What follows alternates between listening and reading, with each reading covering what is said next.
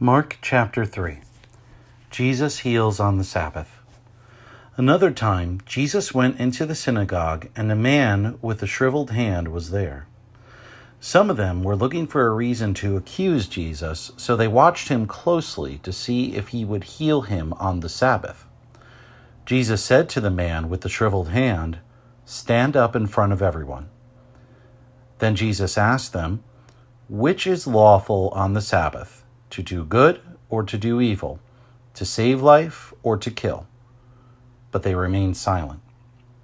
He looked around at them in anger and, deeply distressed at their stubborn hearts, said to the man, "Stretch out your hand." He stretched it out, and his hand was completely restored. Then the Pharisees went out and began to plot with the Herodians how they might kill Jesus. Crowds follow Jesus. Jesus withdrew with his disciples to the lake, and a large crowd from Galilee followed. When they heard about all he was doing, many people came to him from Judea, Jerusalem, Idumea, and the regions across the Jordan and around Tyre and Sidon. Because of the crowd, he told his disciples to have a small boat ready for him, to keep the people from crowding him. For he had healed many, so those with diseases were pushing forward to touch him. Whenever the impure spirits saw him, they fell down before him and cried out, "You are the Son of God." But he gave them strict orders not to tell others about him. Jesus appoints the 12. Jesus went up on a mountainside and called to him those he wanted, and they came to him. He appointed 12 that they might be with him, and that he might send them out to preach, and to have authority to drive out demons.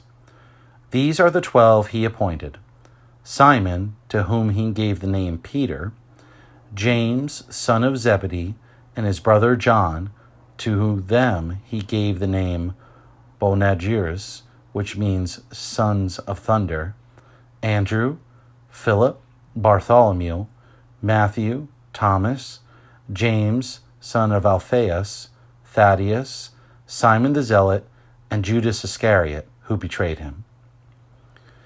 Jesus accused by his family and by teachers of the law. Then Jesus entered a house, and again a crowd gathered, so that he and his disciples were not even able to eat.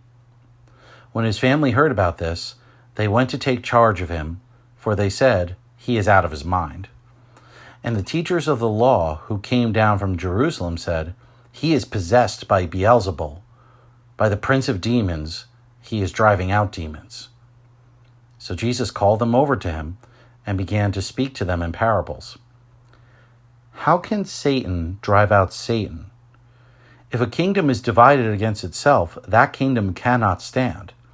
If a house is divided against itself, that house cannot stand. And if Satan opposes himself and is divided, he cannot stand. His end has come. In fact, no one can enter a strong man's house without first tying him up. Then he can plunder the strong man's house. Truly I tell you, people can be forgiven all their sins and every slander they utter, but whoever blasphemes against the Holy Spirit will never be forgiven. They are guilty of an eternal sin." He said this because they were saying, "He has an impure spirit." Then Jesus' mother and brothers arrived. Standing outside, they sent someone in to call him. A crowd was sitting around him, and they told him, "Your mother and brothers are outside looking for you." "Who are my mother and my brothers?" he asked. Then he looked at those seated in a circle around him and said, "Here are my mother and my brothers. Whoever does God's will is my brother and sister and mother."